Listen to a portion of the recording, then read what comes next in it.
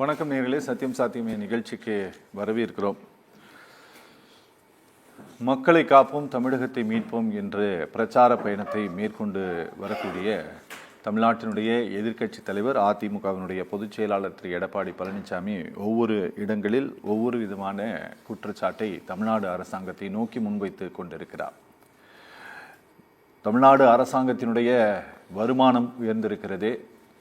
மத்திய அரசாங்கத்தினுடைய நிதி உதவி ஏராளமாக கிடைத்திருக்கிறது. ஆனால் பெரிய அளவிலான எந்த திட்டங்களையும் இந்த 4.5 ஆண்டு காலத்தில் தமிழ்நாடு அரசு செய்யவில்லை. மாறாக வளர்ச்சி என்ற ஒரு மாய பிம்பத்தை கட்டமைத்து வருகிறார்கள் என்ற ஒரு குற்றச்சாட்டை முன்வைத்திருக்கிறார். அதை பற்றியே பேச இருக்கிறது இந்த அரங்கு. 4 விருந்தினர்கள் இந்த அமர்வில் பங்கேற்கிறார்கள். அண்ணா திராவிட முன்னேற்ற கழகத்தினுடைய செய்தி தொடர்பாளர் வழக்கறிஞர் காசிநாத பாரதி பங்கேற்கிறார். திராவிட முன்னேற்ற கழகத்தினுடைய செய்தி தொடர்பாளர் வழக்கறிஞர் சூர்யா வெற்றி கொண்டான். மதிமுகவினுடைய செய்தி தொடர்பாளர் திரு காரை செல்வராஜ், பாரதிய ஜனதா கட்சி சார்பில் வழக்கறிஞர் தூத்துக்குடி செல்வம். 4 பேரை வரவேற்று நிகழ்ச்சிக்குள் போகலாம். 4 பேருக்கும் வணக்கம்.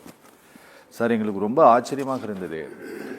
மத்திய அரசாங்கத்தினுடைய எல்லா குறியீடுகளிலும் தமிழ்நாடு அப்படிங்கிறது ரொம்ப ஒரு உயர்வான இடத்தை அடைந்திருக்கக்கூடிய நேரத்தில் இதனுடைய கிரெடிட் அதிமுகவிற்கும் இருக்கிறது. இதனுடைய கிரெடிட் அதிமுகவிற்கும் இருக்கிறது, சரிங்களா? ஆனால் நீங்கள் வளர்ச்சி அப்படிங்கிற ஒரு பிம்பத்தை திமுக போலியாக கட்டமைக்குது அப்படின்னு சொல்கிறீங்கல்ல. நீங்கள் திமுகவை டேமேஜ் பண்ணுறது அப்படிங்கிறது அதிமுகவோட நோக்கமா, இல்லை மொத்த தமிழ்நாட்டை டேமேஜ் பண்ணுறது உங்களுடைய நோக்கமா? யதார்த்தத்தை பிரதிபலிக்கிறோம். அப்படியா? தமிழகத்தை மீட்போம், மக்களை காப்போம் அப்படிங்கிற பிரச்சாரம். இந்த பிரச்சாரத்தில் அதாவது பாக்கி மாநிலங்களை ஒப்பிடுகின்ற போது தமிழகம் வளர்ந்த நிலையில் இருக்கிறதுங்கிறத நம்ம சொல்லலை.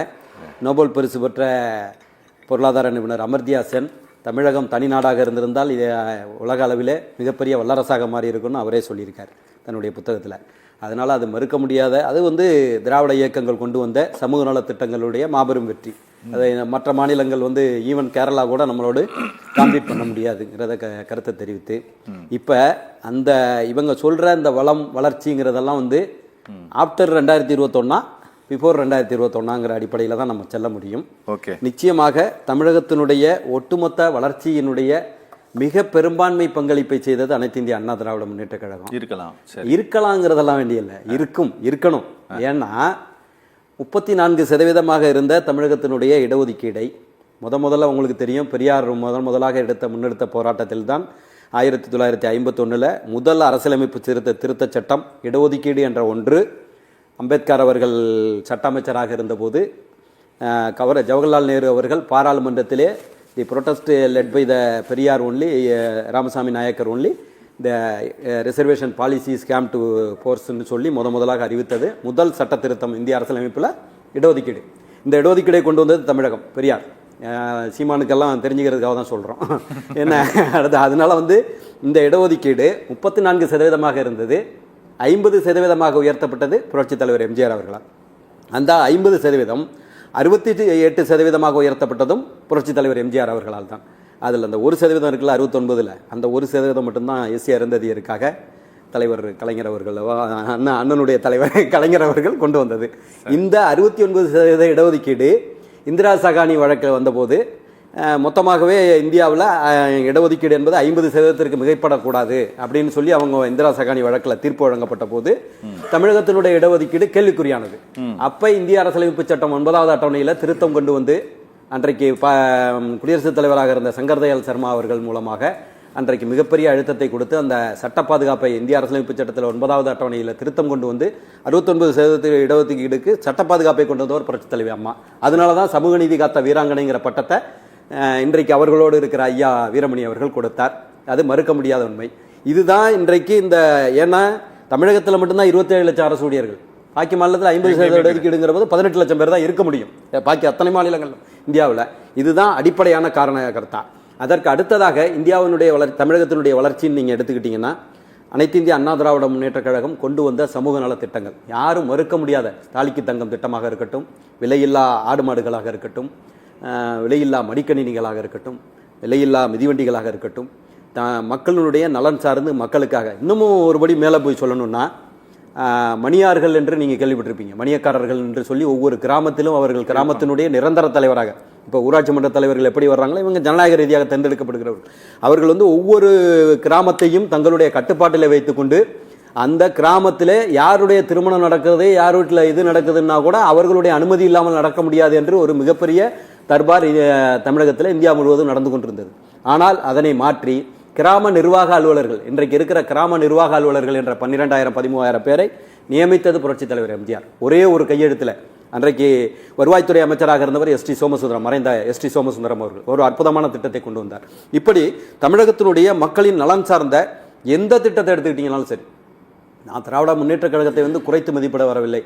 அண்ணா எனக்கு நண்பராக இருக்கிறதுனால நான் போனா போகுதுன்னு ஏற்றுக்கிறேன். இருந்த போதிலும் கூட மிக அதிகமான நலத்திட்டங்களை, மிக அதிகமான மக்கள் நலன் சார்ந்த நீங்க தயவு செஞ்சு காட்டாதீங்க. இந்த மாதிரி பொது தளத்துல மிக ஒவ்வொரு அதாவது நான் அடிக்கடி அந்த வார்த்தையை பயன்படுத்த, விளிம்பு நிலை மக்களினுடைய இயக்கம் அனைத்து இந்திய அண்ணா திராவிட முன்னேற்ற கழகம். இந்த விலையில்லா ஆடு மாடுகள்லாம் ஒரு மாதத்திற்கு 10,000 ரூபாய் வருமானம் வரக்கூடிய அளவிற்கு அந்த ஒரு குடும்பத்திற்கு இவங்க சொல்லுவாங்க நாங்க 1000 ரூபாய் கொடுத்தோன்னு. நீங்க சொல்றது கரெக்ட். மேல்நாட்டு பழமொழி ஒண்ணு கேள்விப்பட்டிருப்பீங்க. ஒரே ஒரு கருத்தை சொல்லிடுறேன். மேல்நாட்டு பழமொழியை கேள்விப்பட்டிருப்பீங்க, மீனை கொடுப்பதை விட மீன் பிடிக்க கற்றுக் கொடு அப்படின்னு சொல்லி. அந்த மீன் பிடிக்க கற்றுக் கொடுக்கின்ற திட்டங்கள் தான் அனைத்து இந்திய அண்ணா திராவிட முன்னேற்ற கழகத்தினுடைய. 1000 ரூபாய் கொடுக்கறது இது கிடையாது. அவர்கள் உங்களுக்கு விலையில்லா ஆடு மாடுகள்னா 10,000 ரூபாய் ஒரு குடும்பத்துக்கு கிடைக்கக்கூடிய விஷயம். அந்த அந்த கிராமத்தில் இருக்கிற மிக எளிய குடும்பத்தில் நிலைமை அற்ற ஏழை இவங்களுக்கு. இன்னும் பார்த்தீங்கன்னா எடப்பாடியார் கொண்டு வந்த 7.5% இடஒதுக்கீடு அற்புதமான திட்டம். இவங்க சொல்லுவாங்க கவர்னர் அனுமதி கொடு, அவருக்கு தான் கொடுக்கல. அவங்க அரசிதழில் வெளியிட்டு ஜீவோவா போட்டு கொண்டு வந்தாங்களே 7.5% இடஒதுக்கீடு. இன்னைக்கு 6,344 மாணவர்கள் மருத்துவ படிப்பை கனவில் கூட காண முடியாத மாணவர்கள் இன்றைக்கு மருத்துவம் படிக்கிறாங்களே. அந்த மாதிரி அற்புதமான திட்டங்களை அனைத்து இந்திய அண்ணா திராவிட முன்னேற்ற கழகம் புரட்சித் தலைவர் அம்மா அவர்கள் காலத்திலும், புரட்சித் தலைவர் காலத்திலும், அதே போல புரட்சித் தமிழர் எடப்பாடியார் அவர்கள் காலத்திலும் நாங்கள் ஏதோ சும்மா புரட்சியை சேர்த்துக்கிறோம்னாலாம் நீங்கள் நினைக்காதீங்க. எந்த இடத்துலையும் சரி, இந்த அனைத்து இந்திய அண்ணா திராவிட முன்னேற்ற கழகம் தமிழகத்திற்கு செய்த பங்களிப்பை எந்த ஒரு இயக்கமும் மாற்றவில்லை. நீங்க மறுப்பு சொல்றதா இருந்தா அண்ணன் வச்சிருப்பாங்க, நிறைய வச்சிருப்பாங்க, அவங்க என்னோட மெத்த படிச்சவங்க இருந்த போதிலும் கூட எங்களுடைய தரப்பினுடைய வாதமாக இன்னமும் எனக்கு தெரியாத திட்டங்கள் கூட இருக்கலாம். அனைத்து இந்திய அண்ணா திராவிட முன்னேற்ற கழகம் ஒவ்வொரு இடத்துலையும் இவங்க பாத்தீங்கன்னா டிவி பட்டி கொடுக்குறாங்க. டிவி பட்டியால மக்களுக்கு என்னது? ஆனா புரட்சி தலைவி அம்மா அவர்கள் விலையில்லா மடிக்கணினிகள், மக்கள் மலர்கின்ற மாணவர்கள் விஞ்ஞானபூர்வமாக கல்வி பயிலணும்னு சொல்லி, அப்படி ஒவ்வொரு திட்டங்களிலும் சத்துணவு திட்டமாக இருக்கட்டும், அற்புதமான திட்டத்தை தமிழகத்தில் படிக்கின்ற மாணவர்களுடைய எண்ணிக்கை உயர்ப்பதற்கு காரணமான சத்துணவு திட்டம், மதிய உணவு திட்டம் காமராஜர் அவர்களால் அதற்கு முன்னே நீதி கட்சி காலத்தில் கொண்டு வரப்பட்டதா இருந்தாலும், அப்படி இந்த இதுல ஏற்பட்ட அந்த கிராஜுவல் அந்த பரிணாம வளர்ச்சி தான் இன்றைக்கு தமிழகம் வளர்ந்திருக்கிறதே அன்றி இவங்க திராவிட முன்னேற்ற கழகத்தை போல 4.25 லட்சம் கோடி கடனை வாங்கிட்டு 150% சொத்து வரியை உயர்த்திட்டு 3 முறை மின்சார கட்டணத்தை உயர்த்திட்டு நீங்க என்னெல்லாம் உயர்த்தலாமோ அத்தனையும் உயர்த்தி விட்டு 18% சார் கமர்ஷியல் டாக்ஸ். ஒரு அயன் கடை வச்சிருக்கிறவன் என்கிட்ட சொல்றாரு, ஏங்க இதுல 18% நான் டாக்ஸ் கட்டி என்னங்க பண்ண முடியும்? குப்பைக்கு முதற்கொண்டு குப்பை வரியை கூட 2016 முன்தேதிட்டு அப்படி கொண்டு வந்தா மக்கள் வாழ்றதா? 5,000 ரூபாயில வாழ்ந்து கொண்டிருந்தவர்கள் இன்னைக்கு 20,000 ரூபாயில வாழ வேண்டிய கட்டாயத்துக்கு தள்ளப்பட்டிருக்கிறார்கள் என்று சொன்னால் திராவிட முன்னேற்ற கழக அரசு காரணம். அந்த மக்களுடைய பின்னடைவிற்கு காரணமாக இருப்பது திராவிட முன்னேற்ற கழக அரசு. ஆனால் மக்களின் அடித்தட்டு மக்களை உயர்த்துவதில் மிகப்பெரிய பங்களிப்பை செய்தது அதிமுகங்கிற கருத்தை நான் பதிவு. ஓகே. காரை செல்வராஜ் சார் வணக்கம். காரை செல்வராஜ் சார், மத்திய அரசாங்கத்தினுடைய அம்ருத் திட்டமாக இருக்கட்டும் அல்லது அர்பன் டெவலப்மெண்ட்டுடைய மினிஸ்ட்ரியினுடைய பல ஸ்கீம்ஸாக இருக்கட்டும், இது எல்லாம் அதிமுக ஆட்சி காலத்தில் உள்ளாட்சி தேர்தலை நடத்தாத காரணத்தினால் அந்த பணமே நமக்கு வரல. அதுக்காக பல முறை அப்போதைய எல்ஏ மினிஸ்டர் திரு வேலுமணி பல முறை போய் மினிஸ்டர்ஸை பார்த்துட்டு இருந்தார். எனக்கு நல்லா நினைவு இருக்கு, 2016ஆம் ஆண்டு ஃபினான்ஸ் கமிஷனுடைய இதில் அரசாங்கத்தினுடைய நிதி பகிர்வு குறைக்கப்பட்ட காரணத்தினால், அதில் செய்த மாற்றத்தின் காரணமாக தமிழ்நாடு அரசாங்கத்திற்கு கிடைக்க வேண்டிய நிதி கம்மியாக கிடைக்கும் அப்படின்ட்டு அப்போதைய முதலமைச்சர் ஜெயலலிதா கடிதம் எழுதியிருந்தார், கண்டனத்தை பதிவு செய்திருந்தார். அலையோ அலை என்று நாமளே பணத்துக்காக அலைந்து கொண்டிருந்த கதையெல்லாம் நிதியமைச்சராக இருந்த திரு ஓ பன்னீர்செல்வம் சட்டப்பேரவையில் பேசியிருக்கிறார், அது பதிவாகி இருக்கிறது. எனக்கு என்ன ஆச்சரியம் அப்படின்னா, இந்த நாட்டினுடைய பிரதம மந்திரி நாங்க 10 வருஷத்துல கிட்டத்தட்ட 3 லட்சம் கோடி ரூபாயை நிதி பகிர்வாக தமிழ்நாடு அரசாங்கத்திற்கு கொடுத்திருக்கிறோம், அதிகமான நிதியை கொடுத்திருக்கிறோம் காங்கிரஸ் காலத்தை விட சொல்லிட்டு அவர் போன பிறகு இங்க எலெக்ஷன் கேம்பெயின் நடத்தி கொண்டிருக்கக்கூடிய எதிர்க்கட்சி தலைவர் எக்கச்சக்கமான நிதியை தமிழ்நாடு அரசாங்கத்திற்கு மத்திய அரசு நிதி உதவி செய்திருக்கிறது, இங்க வளர்ச்சி அப்படிங்கிற ஒரு மாயையை உருவாக்குகிறார்கள் அப்படின்ட்டு பேசி இருப்பது பிஜேபியோட ஸ்டேட்மெண்டை ஒத்து போகணும் அப்படிங்கிறதுக்காக பேசி இருக்கிறாரா, இல்லை யதார்த்தமான நிலையைத்தான் திரு இபிஎஸ் பிரதிபலித்திருக்கிறாரா சார்?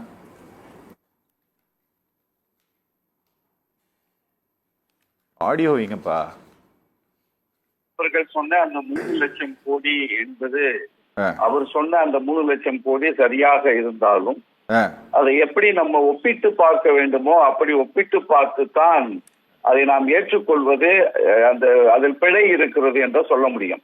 ஒரு முன்னாள் முதல்வர் அவர்கள் அவர் சொன்ன உடனே அதே 3 லட்சம் கோடியை கையில் எடுத்துக்கிட்டு ஆமா கொடுத்திருக்கோம், தமிழ்நாட்டில் இதை விட என்ன கொடுக்க முடியும் பேசுவது என்பது தேர்தலில் கூட்டணி சேர்ந்துட்டாங்க, பிரதமரை மகிழ்ச்சிப்படுத்த வேண்டும் என்பதற்காக சொன்னதே தவிர தமிழ்நாட்டினுடைய குரலாக ஒரு முன்னாள் முதல்வராக அவர் செய்யல. அது என்ன காரணம்னு கேட்டீங்கன்னா 2 விடயங்களை நம்ம அதுல பார்க்கணும்.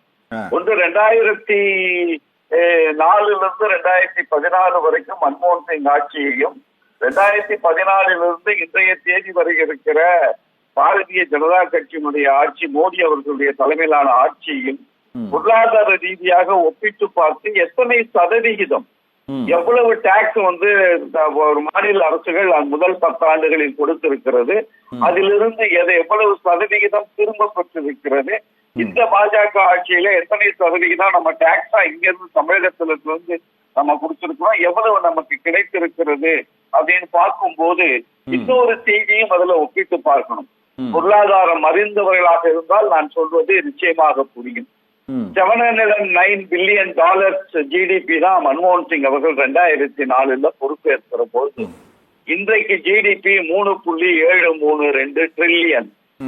அந்த எத்தனை சதவிகிதம் இந்த 2004 பிறகு இப்பொழுது வரைக்கும் உயர்ந்திருக்கிறது என்று சொல்லுகிற பொழுது அந்த உயர்வையும் $709 பில்லியன் இருக்கிற பொழுது தமிழகம் கொடுத்த டாக்ஸ், தமிழகம் கொடுத்த ஒன்றிய அரசுக்கு கொடுத்த பங்களிப்பு எவ்வளவு, அதிலிருந்து நமக்கு எவ்வளவு கிடைத்தது, இன்றைக்கு 3.73 ட்ரில்லியன் எக்கானமியாக வந்ததற்கு பிறகு எவ்வளவு நம்ம ஜிஎஸ்டியும் மற்ற வரிகளை நம்ம ஒன்றிய அரசாங்கம் கொடுக்கிறோம், ஜிடிபி எவ்வளவு, அதுல 3 லட்சம் கோடிங்கிறது எத்தனை சதவீதம்னு ஒப்பிட்டு பார்த்தீர்கள் என்று சொன்னால் மன்மோகன் சிங் ஆட்சி காலத்தில் தமிழ்நாட்டிற்கு கொடுத்ததுதான் அதிகம்.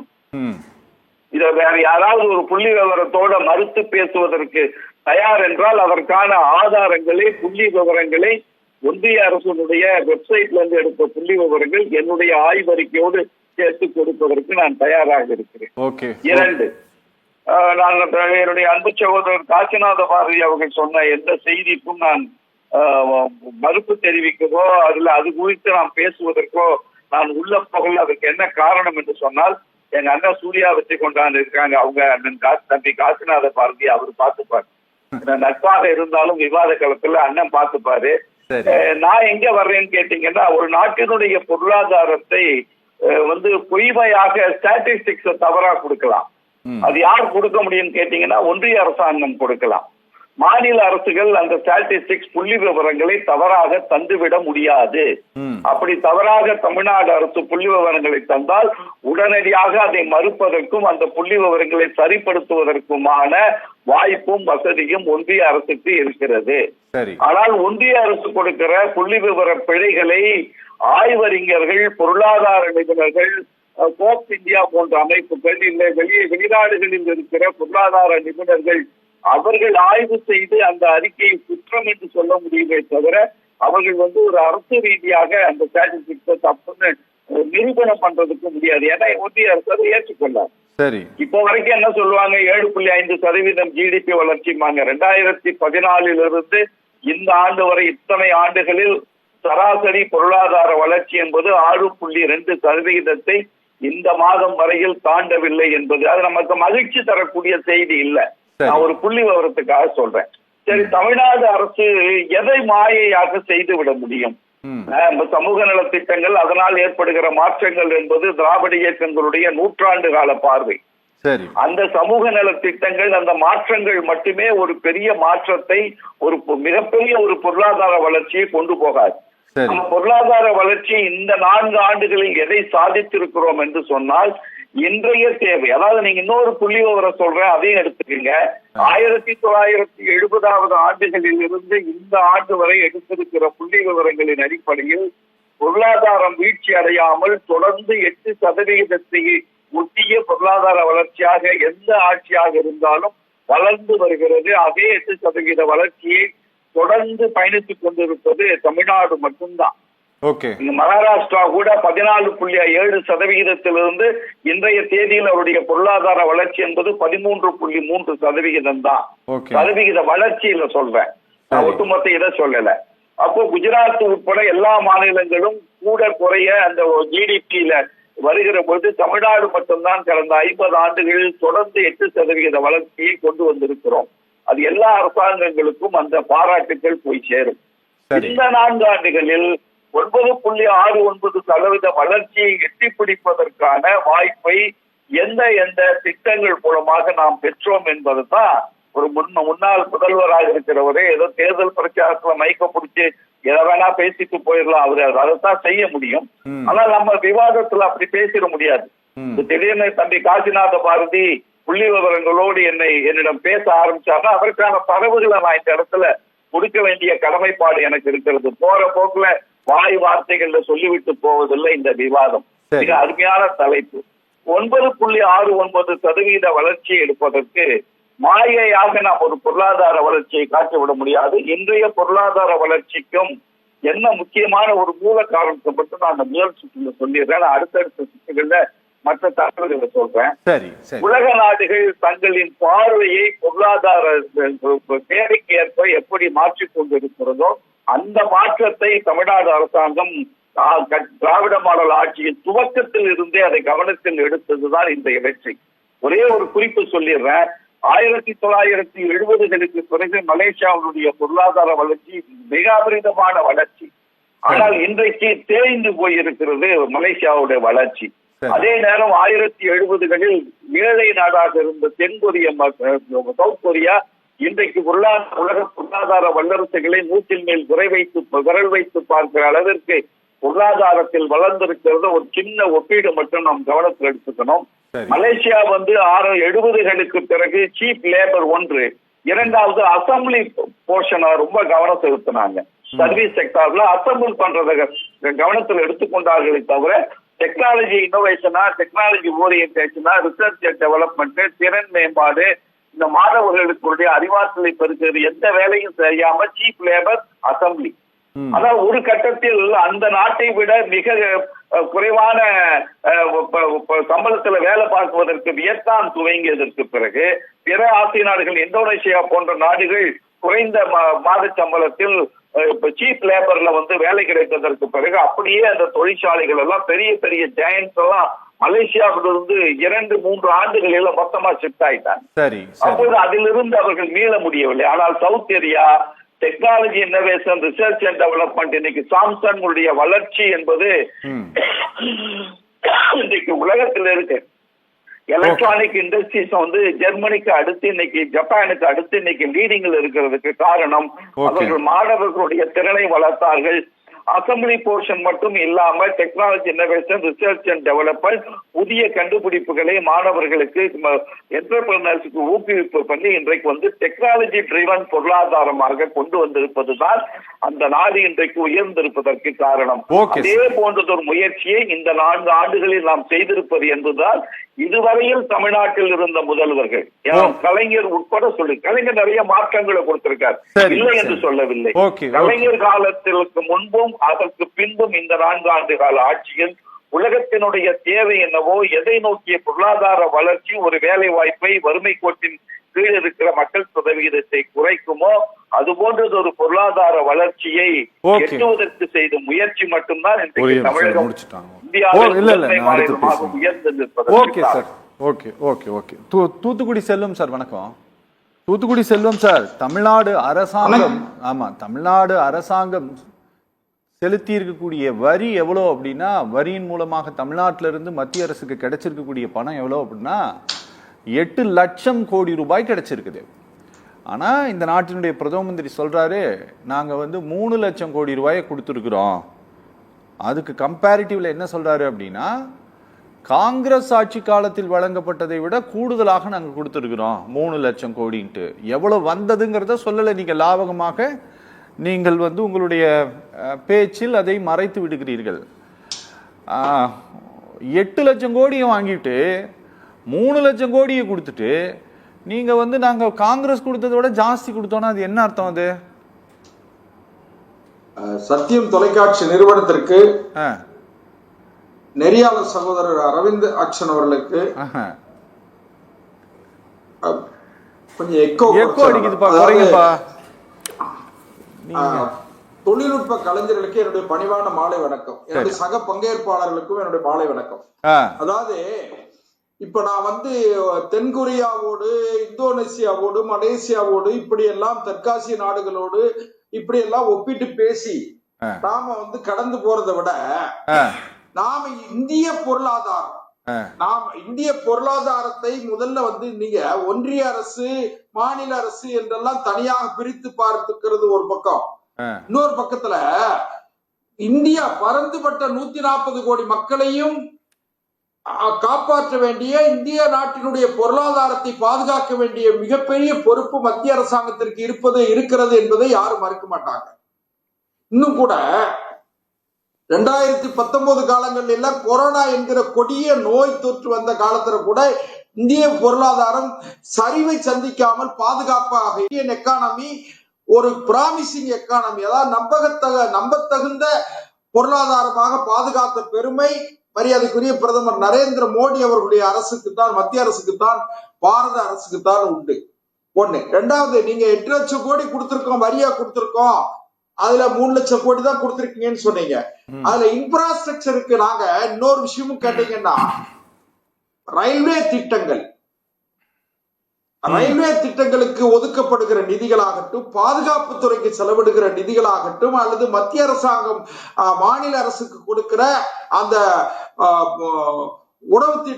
உணவு பொருள்கள் மூலமாக கொடுக்கிற மானியங்களாகட்டும், உணவுப் பொருட்களாகட்டும், விவசாயிகளுக்கு கொடுக்கிற மானியங்கள், உதவித்தொகைகள், இதையெல்லாம் நீங்க கணக்குல சாமர்த்தியமாக இந்த மாநில அரசு சேர்ப்பது இல்லை. இதையெல்லாம் அது வந்து இப்ப உணவுப் பொருள் விநியோகம் இருக்கு பாருங்க, அந்த உணவுப் பொருள் விநியோகத்துக்கு மத்திய அரசு கொடுக்கிற மானியத்தை வசதிக்கு மறந்துட்டு இவங்க ஏதோ ரேஷன் அட்டையில பொருட்கள் விநியோகம் பண்றதாக, இவர்களே விநியோகப்பட்டதாக நீங்க அதுக்கு ஒரு லேபிள் ஒட்டிக்கிறது நியாயம் கிடையாது. ஒண்ணு. ரெண்டாவது, இன்னைக்கு இந்தியா வந்து உலக அரங்கில் ஒரு மதிக்க தகுந்த நாடாக இருக்கிறது என்று சொன்னா அது இந்திய பொருளாதாரம் வலுவாக இருக்கிறதுனாலதான் இருக்கு. ஒண்ணு. ரெண்டாவது, ஒரு தற்சார்பு பொருளாதாரத்துல கூட நீங்க நாம பேசும்போது சொன்னோம், கடந்த அதிமுக ஆட்சியில 4.5 லட்சம் கோடியா இருந்த கடன் இப்போ 9 லட்சம் கோடி ஆயிடுச்சு. இந்த 9 லட்சம் கோடிக்கும் நீங்க வட்டி கட்டி ஆகணும். அப்ப வட்டி கட்டணுங்கும் போது இந்தியா, தமிழ்நாட்டில் இருக்கிற வரியின் மூலமாக வசூலாகிற வரியின் மூலமாக வட்டியை கட்டி இதை சமாளிக்கணும். அதை விட நீங்க உற்பத்தி துறையில, வேலைவாய்ப்பு துறையில நாம வந்து வலுவடைந்திருந்தால், உற்பத்தி துறையில நாம வலுவாயிருந்தா, வேளாண்மை பொருட்கள் உற்பத்தி துறை, வேளாண் பொருட்கள் உற்பத்தி செய்த விவசாயிகள் உற்பத்தி செய்த வேளாண் பொருட்களுக்கு அதான் மினிமம் சப்போர்ட்டிவ் பிரைஸ் கொடுத்திருக்கணும். அதாவது குறைந்தபட்ச ஆதார விலை கொடுக்கணும். அதுக்கு போக யார் கொடுத்திருக்கணும்? மாநில அரசே கொடுத்திருக்கணுங்க. மாநில அரசுடைய உணவு பாதுகாப்பு துறைன்னு ஒண்ணு இருக்குல்ல. நீங்க நெல் கொள்முதல் யார் செய்யறாங்க? நெல் கொள்முதலை செய்யறாங்க.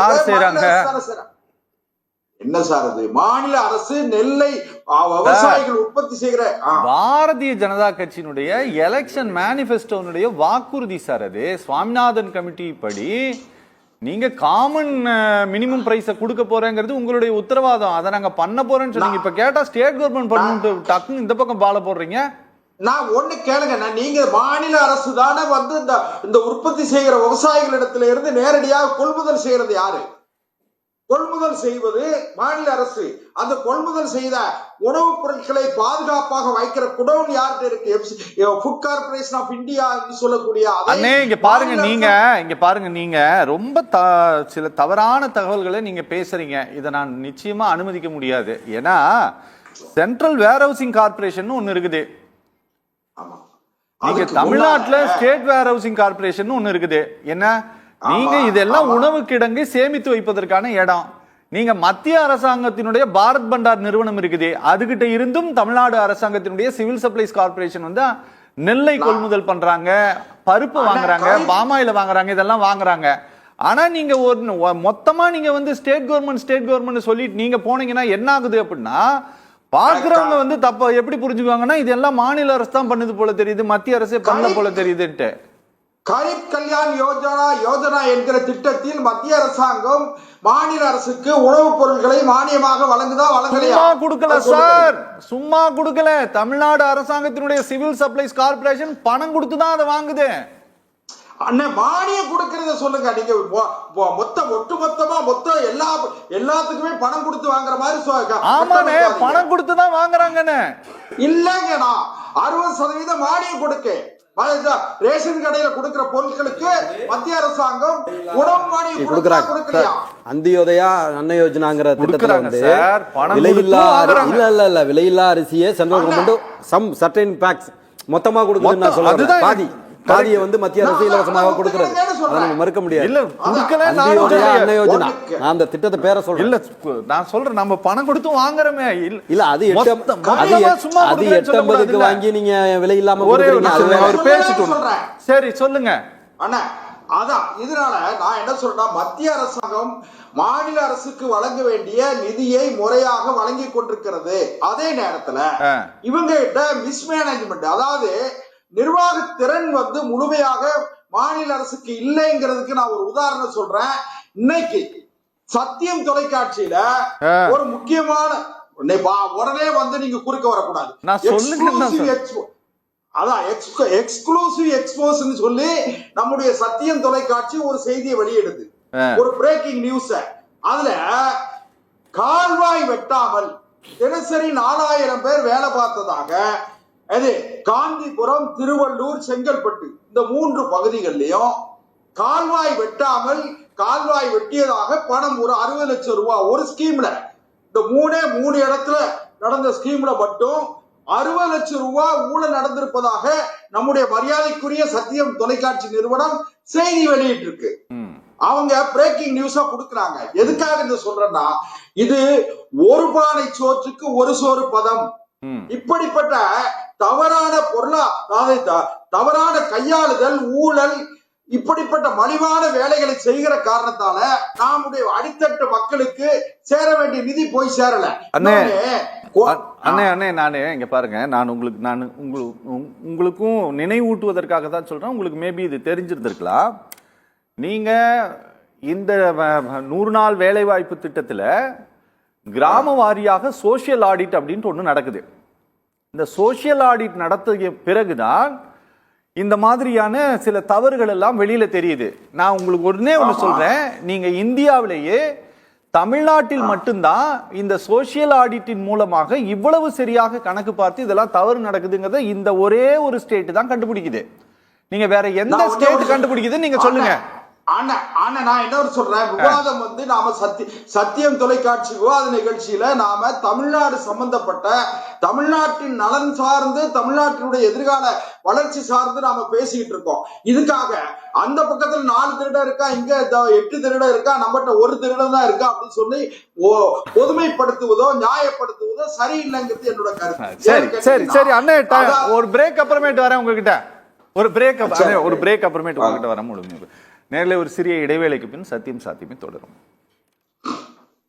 Glad that we admitted her here because my daughter, though she is not very high studious girl, we wanted her to be an all-round development, and it has worked out well.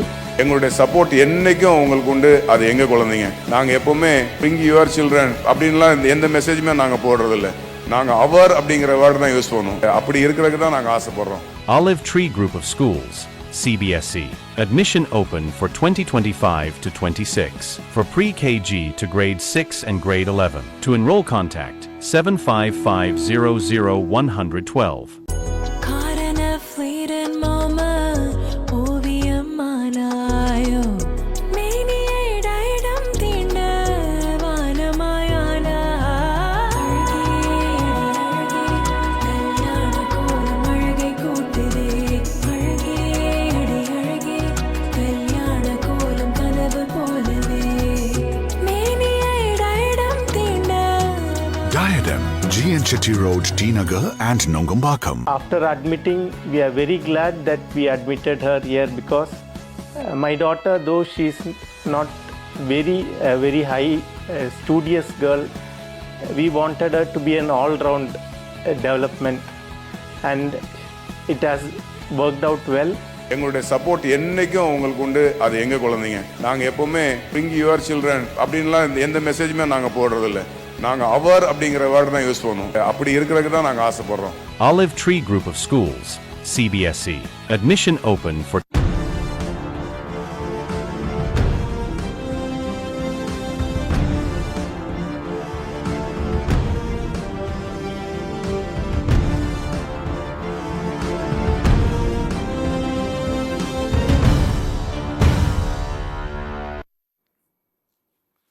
இதில் சத்தியம் சாத்தியமே தொடர்கிறது. பேசுனதெல்லாம் கேட்டிருப்பீங்கன்னு நினைக்கிறேன். நீங்கள் ஒரு பக்கம் பக்கத்துக்கு பக்கம் போயிட்டு ஊரெல்லாம் வந்து திராவிட மாடல் வளர்ச்சி, திராவிட மாடல் இந்தியாவுக்கே முன் உதாரணமாக இருக்குது அப்படின்ட்டுலாம் நீங்கள் பேசிகிட்டு இருக்கிறீங்க. கரெக்டு தானே? ஓகே. நீங்கள் பேசிகிட்டு இருக்கிறது எல்லாமே பொய்யின்ட்டார். வெறும் மாயை மட்டும்தான் உருவாக்குறீங்கன்னு சொல்லிட்டாரு திரு எடப்பாடி பழனிசாமி. ஏதாவது சொல்ல விரும்புகிறீங்களா? நல்ல கேள்விகளை அதிகமாக கேட்குறவர் தமிழ்நாட்டிலேயே அரவிந்த் தாஷன் தான். ஆனால் எடப்பாடி கேள்வி கேட்குறாருன்னு நீங்கள் கேட்காதீங்க. அப்படியெல்லாம் இப்படி கேட்க நீங்கள் தமிழ்நாடோட வளர்ச்சிக்கு கேள்வி கேட்பீங்க. தமிழ்நாடு வீழ்ச்சி அடைந்த காரணம் யாருன்னு கேள்வி கேட்பீங்க. எடப்பாடி ஏதாவது யோக்கியமாக 2 கேள்வி கேட்டாருன்னு நீங்கள் இப்போ சொல்லுங்கள். ஒரு நிமிஷம் பேச அனுமதிங்க தயவு செஞ்சு. இல்லை தயவு செஞ்சு பேசுறது யோக்கியங்கிறது நல்ல வார்த்தை. மூத்த அரசியல்வாதி அண்ணன் வந்து நாகரிகமான வார்த்தைகளை பாருங்க. அது வேண்டுகோளாக வைக்கிறேன். நான் வந்து இல்லை ஒன்றும் வேண்டாம். காசிநாத பாரதிக்கு அவங்க கட்சியில் பிரச்சனை வராமல் நான் பார்த்துக்கிறேன். சரி, கொஞ்சம் அமைதியாக. நான் மினிமம் அண்ணன் சொன்ன மாதிரி மினிமம் கேரண்டி கொடுக்குறேன். Common minimum commitment. ஆமாம், அதை மாதிரி ஒன்று கொடுப்போம். நான் கேள்வி கேட்கறது யோக்கியமான ஒன்று தான் சொன்னோடைய அயோக்கியத்தனத்தை பற்றி நான் இன்னும் ஆரம்பிக்கவே இல்லை. சரி, நான் யோக்கியமானன்னு சொன்னேன்னா ஏதாவது ஒரு கேள்வி. இவ்வளோ நேரம் தமிழ்நாடை சுற்றி வந்தீங்களே எதுக்காக? ஒன்று பப்ளிக்கில் ரோட்டில் நின்று கேள்வி கேட்டான், ஏங்க பிஜேபியோட மறுபடியும் சேர்ந்தீங்கன்னு. மைக்கை திருப்பிட்டு இந்த பக்கம் திரும்பி வேற பாணியில் பதில் சொல்லிட்டு போயிட்டாரு. அந்த மாதிரி கேள்விக்கெல்லாம் பதில் சொல்லியிருந்தா கூட எடப்பாடி நல்ல ஸ்பீச்சுன்னு கூட நான் சொல்லியிருக்கலாம். என்ன தமிழ்நாட்டில் தமிழக மக்களை காப்போம், தமிழகத்தை மீட்போம். இப்போ எந்த மக்களை நீங்கள் பாதுகாத்தீங்க? எந்த மக்களை காப்பாற்றுனீங்க? கூட இருக்க ஓபிஎஸ்சியா, இல்லை உங்களுக்கு பதவி கொடுத்த சசிகலாவியா, இல்லை அரவணைச்சு போன தினகரனையா, யாரை? நீங்கள் அதெல்லாம் முதல்ல அந்த வேலையை பார்க்கலாம். தமிழ்நாட்டில் இப்போ உங்களை வந்து உங்கள் தயவோ உங்கள் தேவையோ இங்கே எதுவும் இல்லை. நீங்கள் எங்கே வேணாலும் போகலாம், எங்கே வேணாலும் வரலாம். பாதுகாப்பு இல்லைங்கிற வரியை நீங்கள் கூட தவிர்த்தரலாம். நாங்கள் கூட பெருந்தன்மையாக சொல்லலாம், எங்கள் கொள்ளடிக்கிறவனுக்கு பாதுகாப்பு கொடுக்க முடியாது, கொலை பண்ணுறவனுக்கெல்லாம் பாதுகாப்பு தர முடியாது, திருடனுக்கு பாதுகாப்பு தர முடியாது, ரவுடி பொருளுக்கு தர முடியாது, காலி பொருளுக்கு தர முடியாதுன்னு சொல்லிட்டு போயிடலாம். அந்த விதத்தில் மக்கள் பாதுகாப்பாக இருக்குது. பாதுகாப்பை பற்றி மக்கள் தான் கவலை பண்ணோம். இங்கே எந்த பிரச்சனையும் இல்லை. நீங்கள் யாரை காப்பாற்றுனீங்க? இந்த 4 வருஷம் நீங்கள் இருந்தபோது விட்டுருங்க. அப்போ கொரோனா அது இதுன்னு எங்கள் அண்ணன் செல்வம் ஆரம்பித்தார். நீங்கள் என்ன கேட்டிங்கன்னு எனக்கு தெரியல. ஆனால் அவர் ஏதோ ஒரு பஸ்ஸில் ஏறிட்டு இறங்க தெரியாமல் இந்தியா ஃபுல்லாக சுற்றிட்டு கடைசியாக தமிழ்நாட்டுக்கு வந்து நின்னாரு. கொஞ்சம் அனுமதிங்க பேச. தமிழ்நாட்டுக்கு வந்து நின்னாரு. நான் எதையும் பேசலை. ஆனால் டெய்லி கொலை நடக்கிறத பற்றி யாருன்னு அப்புறமா சொல்கிறேன். நான் திரும்பி என்ன வரேன்னா, நாங்கள் அதுக்குள்ளேயே போல. இப்போ நீங்கள் நான் கேள்வியாக கேட்க வேண்டியது பதிலாக சொன்னீங்க சார். கொஞ்சம் பேசாமல் இருக்கு. எடப்பாடி கேள்வி கேட்குறாருன்னா என்னென்ன கேள்வியை நாங்கள் அவரை கேட்போம், நாம் அவரை கேட்போம். தமிழ்நாடோட வளர்ச்சி, திராவிட மாடல் வளர்ச்சி நாங்கள் சொல்கிறோம். சர்டிஃபிகேட் நீங்கள் நானும் கொடுக்க வேணாம். ஒன்றிய அரசில் இருக்க பாராளுமன்றத்தில் இருக்க அவங்க பார்த்து பிஜேபி எங்களுக்கு டெட்டப்பை எகென்ஸ்டாக இருக்க பிஜேபி கொடுக்குறான். தனிநபர் வளர்ச்சி விகிதாச்சாரத்தில் எடப்பாடி பீரியடில் 4.5, திமுக பீரியடில் 8.2, இந்தியாவில் 2வது இடம். இதெல்லாம் நீங்களாக பார்த்தா எங்களுக்கு கொடுக்குறீங்க. இந்த சர்டிஃபிகேட்டுக்காக நாங்கள் அரசியல் பண்ணல. எங்கள் முதலமைச்சர் அதெல்லாம் எதிர்பார்க்கல. வர வேண்டிய நிதியை நீ கொடுத்தியா, அதை கேள்வி கேட்குற தெம்பு முதலமைச்சருக்கு மட்டும்தானா? ஓரணியில் திமுக நாங்கள் சொல்ல சார், ஓரணியில் தமிழ்நாடுன்னு சொன்னோம். ஓரணியில் திமுகனா நீ வான்னு சொல்லலை, ஓரணியில் தமிழ்நாடு உள்ள வாங்கன்னு சொன்னோம். மண்ணை காப்பாற்ற யார்கிட்ட இருந்து? ஒன்றிய அரசிடமிருந்து மண்ணை காப்பாற்ற, தமிழ்நாட்டோட மானத்தை காப்பாற்ற யார்கிட்ட இருந்து? ஒன்றிய அரசிட்ட இருந்து, அமித்ஷா கிட்ட இருந்து. வாங்கன்னு கூப்பிட்டோம். நான் அதுக்கெல்லாம் எடப்பாடி பதிலே சொல்லலை. இதுக்கெல்லாம் ஒரே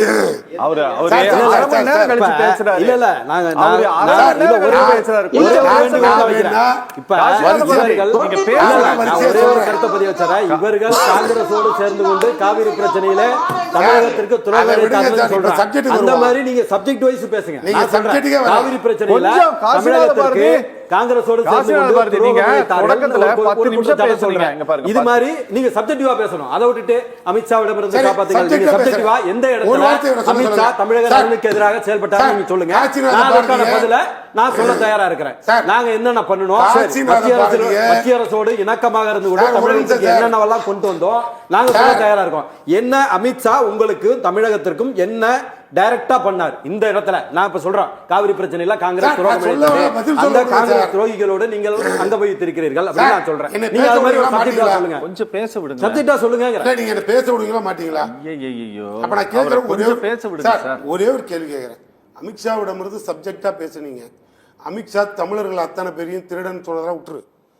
தமிழன் பின்னால நீ போலாமான்னு ஒடிசாவில் போய் உள்துறை அமைச்சர் உனக்கு சூடு சொரண இருக்கான்னு கேட்டாரு.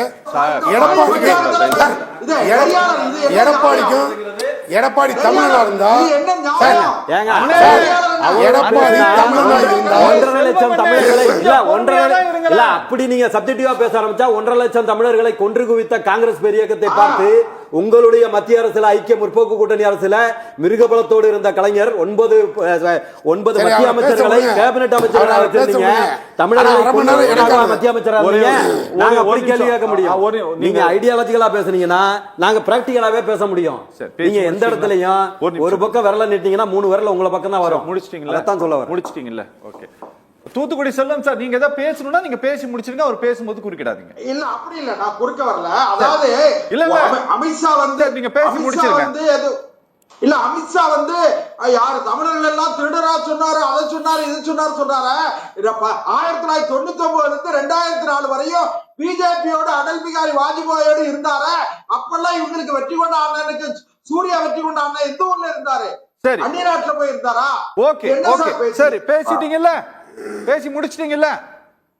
தயவு செஞ்சு அவர் பேசும்போது குறுக்கிடாதீங்க. சரியா? குறுக்கிடாதீங்க. உங்களுக்கும் சரி. ஓகே, பேசி முடிச்சிட்டீங்கல்ல. சரி, இப்ப நீங்க பேசுங்க சார். தமிழ்நாட்டை மீட்போம். இவங்க ரொம்ப உளவியலா வந்து உங்களை ஹேண்டில் பண்றாங்க. எனக்கு தெரிஞ்சிருச்சுங்க 2 பேரும். சரி, சொல்லுங்க. அண்ணன் பெரிய பேச்சாளருடைய பையன், நாங்களா திரும்ப குறுக்கிடுங்க தெரியுமா? தமிழ்நாட்டு காப்பாற்றுவோன்றாரு, தமிழகத்தை மீட்டெடுப்போனாரு. தமிழனோட மான மரியாதையை காப்பாற்ற வேண்டிய பொறுப்பு முதலமைச்சருக்கு மட்டும்தானா? எதிர்கட்சி தலைவருக்கு இல்லையா? ஒரே கேள்வி. அண்ணனும் நல்ல ஆரோக்கியமான பேச்சாளர். நான் தூத்துக்குடி செல்வோம், நான் ஓப்பனாக தானே கேட்குறேன். அப்படி பச்சையாக உனக்கு சூடு சொரணம் இருக்கான்னு அமித்ஷா கேட்டதுக்கு பதிலாகுது அவர் வந்து வருத்தம் தெரிவித்து விட்டார் அமித்ஷா, எனவே நான் அவரோடு இணைந்தேன் அப்படின்னு சொல்லியிருந்தா எடப்பாடிக்கு சூடு சொரணம் இருக்கு நான் ஒத்துக்குப்பேன். நீங்க என்ன சார் சொன்னேன்? இது தப்பு. இந்த காசிநாத பாரதி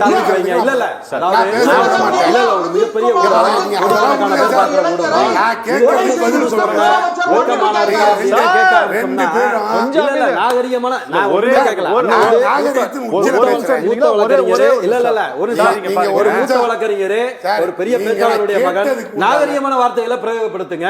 கருத்து ரீதியா பேசுங்க. என்ன அதாவது சார்? சூடு சொரணை இருக்கா, அமித்ஷா வெக்கமான இருக்கா, இப்படி எல்லாம் ஏங்க, பேசுறாங்க. அதுக்கு தனி டாபிக் பேசவே வைங்க. மாட்டீங்களா? இல்ல அதுக்கு தனி டாபிக் வைங்க, பேசுவோம். சூடு சொரணை இருக்கான்னு அது என்னது? சார் நான் என்ன கேக்குறேன், இங்க பாருங்க. நாங்க அதான் கேக்குறோம். 1.5 லட்சம் பேரை கொண்டானே காங்கிரஸோட கூட்டணியில இருக்கே, சூடு சொரணை இருக்கான்னு நான் கேட்க முடியுமா? அமித்ஷா நான் கேட்கலாமா? ஏங்க அவர் அமித்ஷா கருத்து ரீதியா சொன்னது கேட்க இருக்கட்டுங்க, வேண்டிய திருடன்னு சொல்லட்டும், முட்டாள்னு சொல்லட்டுங்க. நீ கொன்னிய, நேரடியா கொன்னிய 1.5 லட்சம் பேரை. உன் கவர்மெண்ட் தானே இருந்துச்சு மத்தியில். அப்புறம் நாங்க கேட்போம்ல, 9 பேரை கேபினெட் அமைச்சரா வச்சிருந்தீங்களா? வேடிக்கை பார்த்துட்டு தானே உட்காந்துருந்த. ஒரு அடிமை இன்னொரு அடிமையை காப்பாற்ற முடியுமான்னு கேட்டீங்களா? உங்க தலைவர் தானே கேட்டாரு. அப்புறம் நாங்க பேசுவோம். நீங்க நாகரிகமான வார்த்தைகளை பிரயோகித்தால் நானும் நாகரிகமா பேச தயார். கருத்து ரீதியா பேசுனீங்களா? கருத்து ரீதியா நான் பேச தயார். இல்லங்க, அப்புறம் சூடு சொரணைன்னு பேசுறதுன்னா அதெல்லாம் நியாயம் கிடையாது. நாங்க எங்களுடைய கட்சிக்காரர்களுக்கு, எங்களுடைய இயக்கத்தை சேர்ந்தவர்களுக்கு நான் பதில் சொல்லணும். இது ஒரு கோடிக்கணக்கான மக்கள் பார்க்கின்ற ஒரு ஊடகம். இதுல சூடு சொரணைன்னா அது தனி டாபிக் வைங்க, சூடு சொரணையை பத்தி பேசுவோம். என்னை பாருங்க, நான் இப்போ கூட சொல்றேன், நீங்க எல்லாம் பேச்சு எவ்வளவு வேணாலும் கத்து, தயவு செஞ்சு எனக்கு கவலையே இல்லை. நீங்க தவறான வார்த்தையை பாருங்களேன். அரசியல்ல ஒரே ஒரு இயக்கத்தினுடைய செய்தி தொடர்பாளர் தவறான வார்த்தை பிரயோகம் வர்ற போது நான் எங்கேயாவது உங்களுடைய தலைவர் நான் இங்க பாருங்க, நான் சொல்றேன், நீங்க அதுக்கு நீங்க இப்படி சொல்றீங்க. நீங்க உங்களுடைய தலைவர், நீங்க இந்த ஓரணியில் தமிழ்நாடுன்ட்டு வீடு வீடா வராங்க, போன் நம்பரை கொடுத்துறாதீங்க, ஊடு வந்து திருடிட்டு போயிருவானுங்கன்னு சொல்றாங்க. வர்றவங்க அரசு ஊழியர்கள் வர்றாங்க, கேட்க தான் செய்வோம். அரசு ஊழியர்களை உங்க அரசியல் பணிக்கு பயன்படுத்துறீங்கன்னா திருடிட்டு போயிருவாங்கன்னு சொல்றாங்க. Disciplinary appeal rules Tamil Nadu state disciplinary appeal rules. Sir, ஓரணியில் தமிழ்நாடுங்கிறது திமுக நடத்துறது, பயன்படுத்துவது கவர்மெண்ட் கிடையாது. நீங்க 4 ஐஏஎஸ் அதிகாரிகளை செய்தி தொடர்பாளர் இல்லையா? ஏங்க கட்சியில தான் சூர்யாவதி கொண்ட நிறைய பேர் செய்தி தொடர்பாளர் இருக்காங்க. நீங்க ஏன் அப்புறம் ஐஏஎஸ் ஆபீசர் எல்லாம் செய்தி தொடர்பாளரா போடுறீங்க? நாங்க கேட்க தானங்க செய்வோம். உங்க அரசியல் பணிங்கிறது வேற, அரசு பணிங்கிறது புரிஞ்சுடுங்க. அரசியல் பணி வேறு, அரசு பணி வேறு. நீங்க அவங்கள ஐஏஎஸ் ஆபீசர் செய்தி தொடர்பாளரா போட்டீங்கன்னா கேட்க தாங்க செய்வோம். சார், கவர்மெண்ட் ஆஃப் இந்தியால எக்ஸ்டர்னல் அஃபேர்ஸ் மினிஸ்ட்ரிக்கு ஒரு ஸ்போக்ஸ் பர்சன் இருக்கிறாங்க. அது வேற, அது வேற, இது வேற இல்ல. திட்டம் சார்ந்த பணிகள்ங்கிறது வேற. ஹோம் மினிஸ்ட்ரிக்கு ஒரு ஸ்போக்ஸ் பர்சன் இருக்காங்க. பணிகளை செய்யறதுக்காக அவங்க வர்றாங்க. நீங்க 4.5 வருஷமா முட்டாள இருக்கீங்களா? ஏன் இப்ப பண்றீங்க? எலெக்ஷன் நெருங்குகிற போது, தேர்தல் நெருங்குகிற போது உங்களுடன் ஸ்டாலின் இவ்வளவு நாள் யாரோட இருந்தீங்க? 4.5 வருஷமா யாரோட இருந்தீங்க? நாங்க கேள்வி உங்களுக்கு கேள்வி கேட்கறது தானே எங்களுடைய வேலை. சரி, என்ன சார் நீங்க கம்முனே இருக்கிறீங்க? சரிப்பா, அவர் அமைதியா இருக்க சொல்றீங்களா இல்லையா? பேசவே வர மாட்டீங்களா சார்? நான் டைம் ஆயிடுச்சு. எனக்கு என்ன சார், திமுகவோட துணியை மிரட்டறாரு பாருங்க. ஷோ ஒண்ணா சரி, எனக்கு ஒண்ணும் இல்ல. நான் இன்னும் 1/2 மணி நேரம் கூட பேசுவேன். சரி, பேசுங்க. என் பாணியில இருந்து நான் மாற மாட்டேன். நான் நீங்க உங்களுக்கு, அதாவது காசிநாத பாரதிக்கு இவ்வளவு துணிச்சலும் தெம்பு இருந்தா அமித்ஷாவை பார்த்து கேட்டுக்கணும், உனக்கு சூடு சொரணை இருக்கான்னு. என்னை கேட்க வேண்டியது இல்லை. தயவு செஞ்சு குறுக்கிடாதீங்க, விட்டுருங்க. நான் அதோட விடுறேன். தங்கத்துக்கு தாலி கொடுப்போம். நீங்க, நான் திரும்பி கேட்குறேன், உங்க கூட்டணியால அருந்த தாலிக்கெல்லாம் எவன் பதில் சொல்றது தமிழ்நாட்டில்? நான் திரும்பி கேட்குறேன், நியாயமாக தானே கேட்குறேன். நான் என்ன உங்களை தப்பா கேட்குறேன்? இங்க புயல் வெள்ளம் வந்த போது அனாதை போன மாதிரி பணத்தை அடுக்க கூட, அடக்கமனை கூட பணம் தர மாட்டான்னா ஒன்றிய அரசு. எடப்பாடி பழனிசாமி எந்த ஊர்ல இருந்தீங்க? தமிழ்நாட்டிலேயா? இல்லை, என்ன ஊர்ல இருந்தீங்க? 2000 கோடி தமிழ்நாடு முதலமைச்சர் கொடுத்தாரு, தமிழ்நாட்டு ஃபண்டில் இருந்து.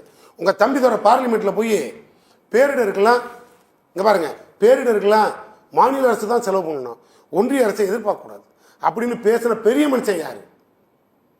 உங்க எடப்பாடிக்கு பினாமியா இருக்கிற தம்பி துறை. அப்ப எனக்கு கோவம் வருமா வராதா? ரைட், அதை கூட விட்டுருங்க. நான் வேணான்னு சொல்லல, இதெல்லாம் அவசியம், நான் வேணான்னு சொல்லல. ஏன்னா அதெல்லாம் உங்க கம்பெனி. இவர் எடப்பாடி கதவை தட்டாத, திமுக போய் கதவை தட்டுகிறது, நான் பகல்ல தான் தட்டுறேன். தப்பு இல்ல, தமிழ்நாட்டு மக்களுக்கு தெரியும், தமிழ்நாட்டு மக்களுக்கு தெரியும். நான் பகல்ல தட்டுறேன் சார், நான் யோக்கியம். உங்களை மாதிரி சொந்த கட்சி கட்டடத்துக்குள்ள பூந்து திருடிட்டு போற கும்பல் எங்க கட்சி இல்ல. நான் எஃப்ஐஆர் இருக்கு பாருங்க, ஓபிஎஸ் மேல எஃப்ஐஆர் இருக்கு, இபிஎஸ் மேல எஃப்ஐஆர் இருக்கு. எங்க உங்க கட்சி ஆபீஸ்க்குள்ள திருட்டுத்தனமா பண்ணுது. நான் இதெல்லாம் கேள்வி கேட்கல, நான் கேட்கவும் மாட்டேன். உங்க கட்சி பிரச்சனை. நான் தமிழ்நாட்டு சப்ஜெக்ட் மும்மொழி நிதியில அந்த திட்டமே ஃபெயிலியர் ஆயிடுச்சு. அந்த திட்டமே ஃபெயிலியர் ஆயிடுச்சு. கல்வி நிதி வரலன்னு தமிழ்நாட்டில் தெரு தெருவா நாங்கள் போராடுறோம். 2000 கோடிக்கு மேலே வரணும், ஆனால் வரல. எந்த முகத்தை வச்சுக்கிட்டு போய் மறுபடியும் மோடிக்கிட்ட போய் சிரிச்சுக்கிட்டு கட்டி பிடிச்சி கையை குலுக்கிட்டு அப்படியே நான் தமிழகத்தை மீட்க வந்தேன், தமிழகத்தை பாதுகாப்பேன், இப்படிலாம் பேசினா இது எடப்பாடி பழனிசாமிக்கும் அந்த கம்பெனிக்கும் பணிவான ஒரு இது ரெண்டாவது விஷயம். மூணாவது விஷயம், ஒரு அப்பாவி இந்த கிராமத்தில் வேலை செய்கிற அப்பாவி பொம்பளைங்க ஒரு 100 நாள் வேலை வாய்ப்பு திட்டம், அந்த திட்டத்துக்கு வர வேண்டிய பணத்தை ஏன் கொடுக்கலன்னு இந்த 2 பெரிய மனுஷனும் ஒன்றிய அரசு என்னைக்கா ஒரு நாள் கேட்டிருப்பீங்களா? அப்ப முதல் முறை அந்த மக்கள் எல்லாம் போராட வந்தது, மறுமுறை கையேந்துச்சு கேட்கல, அப்புறம் கையில விளக்கமாத்தோட வருது. இது யாரு காரணம்? இப்ப தூத்துக்குடி செல்வம் பதில் சொல்லுவாரா? காரை செல்வராஜ் யார் அடிக்க வந்தது? காரை செல்வராஜ் பதில் நீங்க 2 பேரும் சொல்லுங்க சார். தமிழ்நாடு அரசாங்கத்திற்கு நிறைய உதவிகளை மத்திய அரசாங்கம் செய்திருக்கிறது அப்படின்ட்டு சொல்றவர் இந்த மாநிலத்தின் முதலமைச்சராக இருந்த திரு எடப்பாடி பழனிசாமி சார். இது தமிழ்நாடு அரசாங்கத்திற்கு நிறைய வருமானமும் வந்திருக்குது, அரசாங்கமும் நிறைய உதவி செஞ்சிருக்கு அப்படிங்கிறாரு. ஆனா அமைச்சரை சந்தித்து 40 லட்சம் குழந்தைங்களுடைய எதிர்காலம் நீங்க பணத்தை கொடுங்க அப்படின்னு சொல்றாங்க. நீங்க நீதிமன்றம் ஆணையிடுகிறது, நீங்க கட்டாய கல்வி உரிமை சட்டத்தின்படி நீங்க பணம் கொடுக்கணும், இந்த 25% மாணவர்களுக்கு பணம் கொடுக்கணும்னு கோர்ட் ஆர்டர் போடுது. நீங்க இந்த சமக்ர சிக்ஷா திட்டத்திற்காக நிறுத்தப்பட்டிருக்கக்கூடிய நிதியை கொடுக்கணும்ட்டு பார்லிமெண்டினுடைய எஜுகேஷன் ஸ்டாண்டிங் கவுன்சில் சொல்லுது, ஆனாலும் கொடுக்கல. ஆனா எதிர்கட்சி தலைவர் இங்க எல்லா பணமும் இங்க கொடுத்துட்டு இருக்கிறாங்க அப்படின்ட்டு சொல்றாரு. அதை எப்படி பார்க்கிறது சார், எப்படி புரிஞ்சுக்கிறது? இதை கொடுப்பது என்பது தமிழ்நாட்டிற்கு மட்டும் நேரா மோடி அவர்கள் வருகிற பொழுது நேரா ரிசர்வ் பேங்க் ஆஃப் இந்தியாவில போய் பணத்தெல்லாம் எடுத்து 2 பக்கம் பாக்கெட்ல வச்சுக்கிட்டு இந்த வீட்டுல காலேஜுக்கு போகும்போது பெற்றவங்க நமக்கு செலவுக்கு கொடுத்து வர்ற மாதிரி மோடி அவர்கள் வரும்போது அமித்ஷா அவர்கள் வருகிற பொழுது தமிழ்நாடு முதலமைச்சர்கிட்டயோ இல்ல அமைச்சர்களுக்கோ இந்தாங்க இந்த பணத்தை செலவுக்கு வச்சுட்டு கொடுத்துட்டு போற மாதிரி பேசுறார் எடப்பாடி பழனிசாமி அவர்கள். அது அப்படி பார்க்கிறது இல்ல. 15th ஃபைனான்ஸ் கமிஷன் எல்லா மாநிலங்களும் தங்களுடைய துறை சார்ந்த தேவைகளை எடுத்து வைக்க இப்ப தமிழ்நாட்டுக்கு வந்திருக்கிற போது நீங்க நல்லா கவனிச்சிருப்பீங்க. ஒரு நாட்டினுடைய ஒரு மாநிலத்தினுடைய பொருளாதார பார்வை தன்னுடைய தேவைகளை எப்படி கேட்டு பெறுவது என்பதற்கான உதாரணமாக திகழ்ந்தது தமிழ்நாடு. ஃபைனான்ஸ் கமிஷன்ல இருந்து எல்லா மாநிலங்களுக்கும் அவர்களுடைய தேவைகளை அறிவதற்கு வந்த டீம் தமிழ்நாட்டில் வந்ததற்கு பிறகுதான் டாக்குமெண்ட் ஆவணங்களோடு எவிடன்ஸோடு காட்சி படமாக காண்பித்து ஒவ்வொரு திட்டங்கள் குறித்தும் விளக்கி சொல்லி எந்த திட்டங்களுக்கு பணம் தேவை என்று வருகிற பொழுது தமிழ்நாடு ஜிடிபியில 1 ட்ரில்லியன் எக்கானமியை தொடுகிறது என்று சொன்னால் மோடி அவர்கள் நினைக்கிற 5 ட்ரில்லியன் எக்கானமியை எளிதாக அடைந்து விட முடியும். அவர்களுக்கென்று தனியாக ஒரு பொருளாதார மேனேஜ்மெண்ட் தான், பைனான்ஸ் மேனேஜ்மெண்ட் தான் ஒன்றிய அரசு பண்ண முடியுமே தவிர, ஆனால் மாநில அரசாங்கங்களுடைய வளர்ச்சி, ஒட்டுமொத்த ஒன்றிய மாநிலங்களுடைய வளர்ச்சி தான் ஒட்டுமொத்த நாட்டினுடைய வளர்ச்சி என்பதை நம்ம புரிஞ்சுக்கிட்டு தான் பேசணும். தேவைகளை எடுத்து சொல்லி 15th ஃபைனான்ஸ் கமிஷன் இப்ப அடுத்து வரப்போற கமிஷன் 2027-28க்கு இப்ப கேட்கும் போது தமிழ்நாடு கேட்டு பெற்றது. கேட்பதில் எதையெல்லாம் அந்த திட்டங்கள் குறித்து அவர்கள் ஆய்வு செய்து 15வது நிதி கமிஷன் கொடுத்தது தானே தவிர நாம் கேட்டதை என்ன கொடுக்கல. எதை கொடுத்திருக்கணும்னு கேட்டீங்கன்னு சொன்னா 37,000 கோடி ரூபாய் சென்னை பெருவெள்ளம் தென் மாநில பெருவெள்ளங்களுக்கு கேட்ட தொகையில் அதிமுக ஆட்சி உட்பட இப்ப இந்த ஆட்சி வரைக்கும் ஒன்றிய அரசாங்கம் கொடுத்திருப்பது ஒன்லி 3% நம்ம கேட்டதுல நமக்கு கிடைத்தது.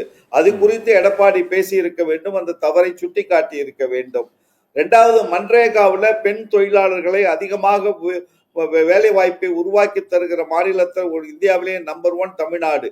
2,800 கோடி ரூபாய் பணம் கொடுக்காமல் நீண்ட நாட்களாக முடக்கி வைத்திருக்கிறார்கள். அந்த திட்டத்தை முடக்க பார்க்கிறார்கள். கிட்டத்தட்ட இவங்க ஆட்சிக்கு வந்ததுக்கு பிறகு 45 லட்சம் பேரை நீக்கி இருக்காங்க அதுல இருந்து. அதற்கான காரணங்கள் என்னவாக வேண்டுமானாலும் இருந்து விட்டு போகலாம். பட் மழை பெய்யாத பொழுது வறட்சியின் பிடியில் கிராமத்தில் இருக்கிற மக்கள் சிக்கி தவிக்கிற பொழுது ஒரு அடிப்படை தேவைகளுக்கு கொடுப்பதற்காக காங்கிரஸ் அரசாங்கத்தால் கொண்டு வரப்பட்ட அந்த திட்டத்தை முடக்குவதற்கு முயற்சி பண்ணதுக்கு நான் 1000 புள்ளி விவரங்களை சொல்ல முடியும். நான் போற போக்குல கேட்காத கேள்விக்கு பதில் சொல்லிக்கிட்டு போற ஆள் நான் இல்ல. எப்பொழுதும் நான் பேசுகிற பொழுது ஆவணங்களோடு அதற்கான தரவுகளோடு மட்டும்தான் பேசுவேன்.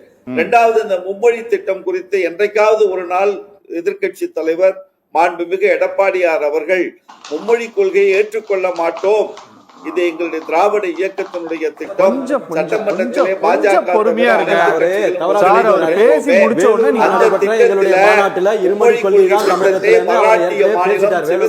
ஒருங்கிணைந்த போராட்டத்தை ஆரம்பித்ததற்கு பிறகு பாஜகவினுடைய பவுண்டேஷன் ஆட்டம் கண்டது மகாராஷ்டிராவில்.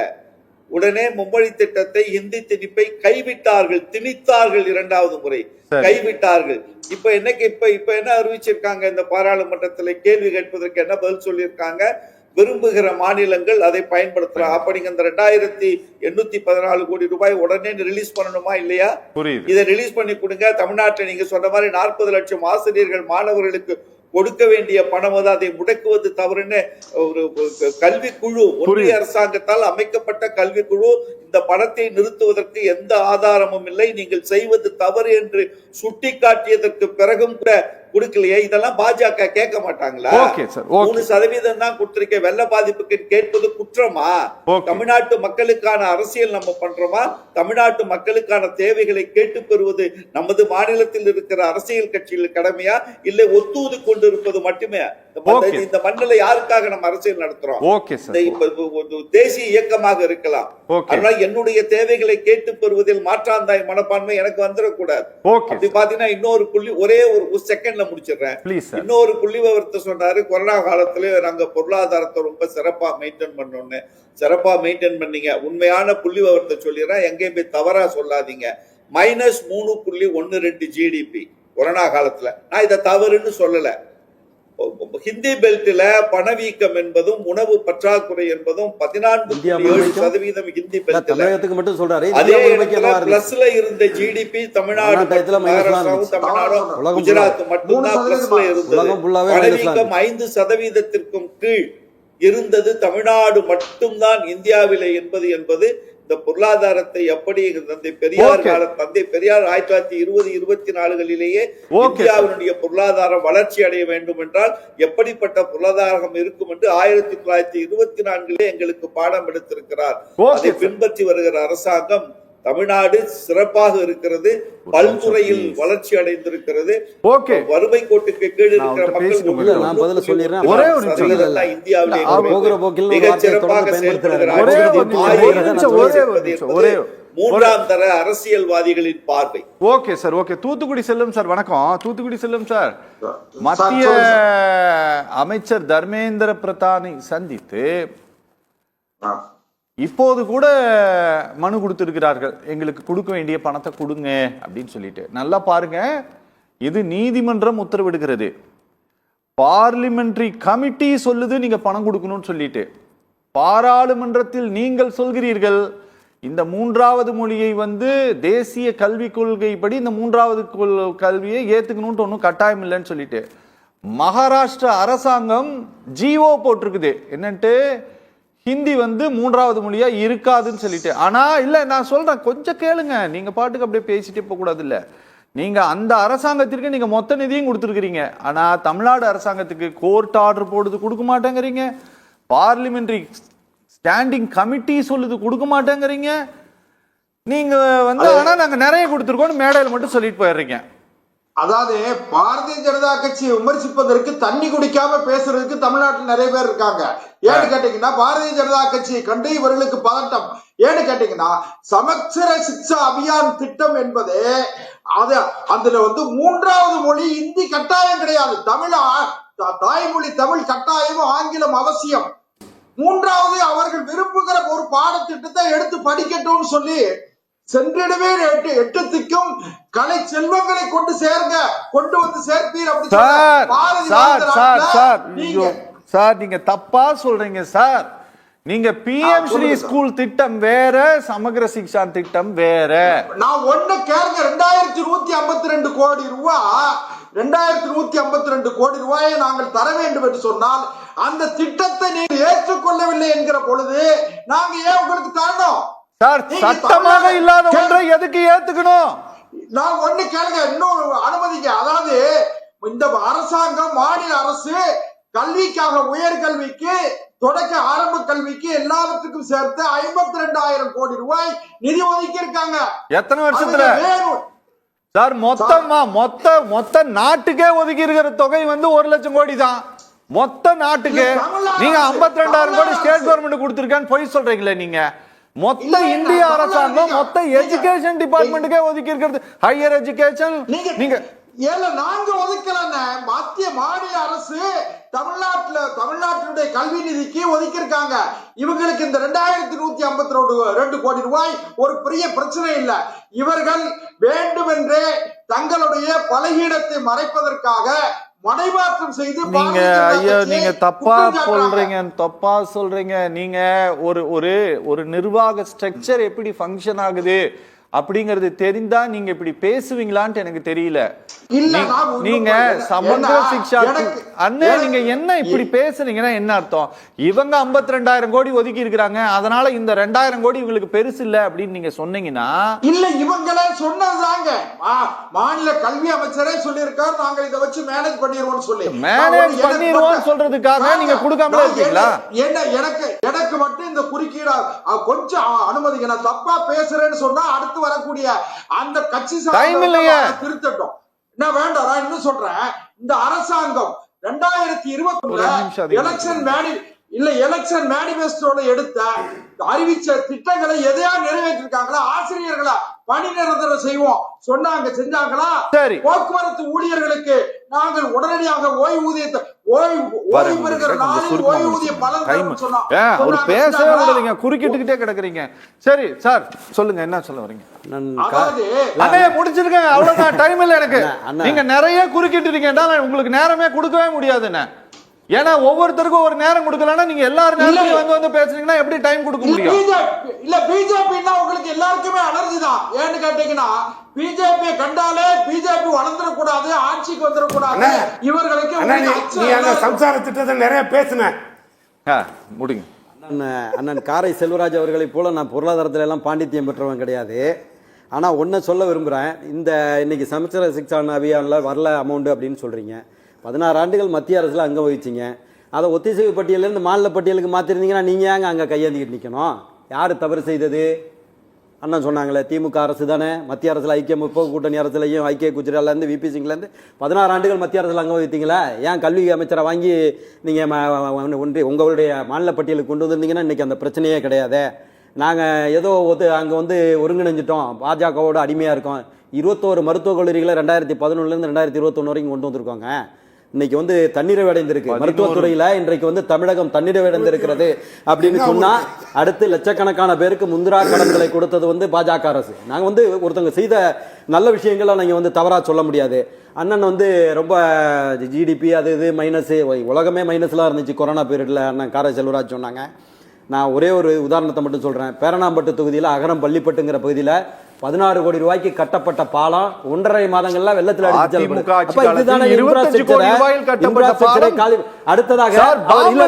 அடுத்து பெரிய பொருளாதார பங்களிப்பை திமுக அரசு செய்ததாக சொன்னார். 2011 12 மணி நேரம் மின்வெட்டு 16 மணி நேரம் மின்வெட்டு இருந்த போது இங்கே சிறு குறு தொழில்கள் முடங்கி போனது எங்க இருந்து வந்துச்சு உங்களுக்கு பொருளாதாரம்? அன்னைக்கு மின்வெட்டு துறைக்குன்னு ஒரு அமைச்சரை வச்சிருந்தாங்க திமுக. அதனாலதான் அன்றைக்கு வந்து அந்த அரசாங்கமே மாற்றி அமைக்கப்பட்டது. புரட்சி தலைவர் அம்மா அவர்கள் வந்ததுக்கு பிறகு 2500 மெகாவாட்ல வள்ளூர் மின் திட்டத்தை 1.5 மாதங்கள்ல உருவாக்குனாங்க போர்க்கால அடிப்படையில. அதை கொண்டு வந்தது. இன்னைக்கு ஒரே ஒரு கருத்தை மட்டும் சொல்றேன்.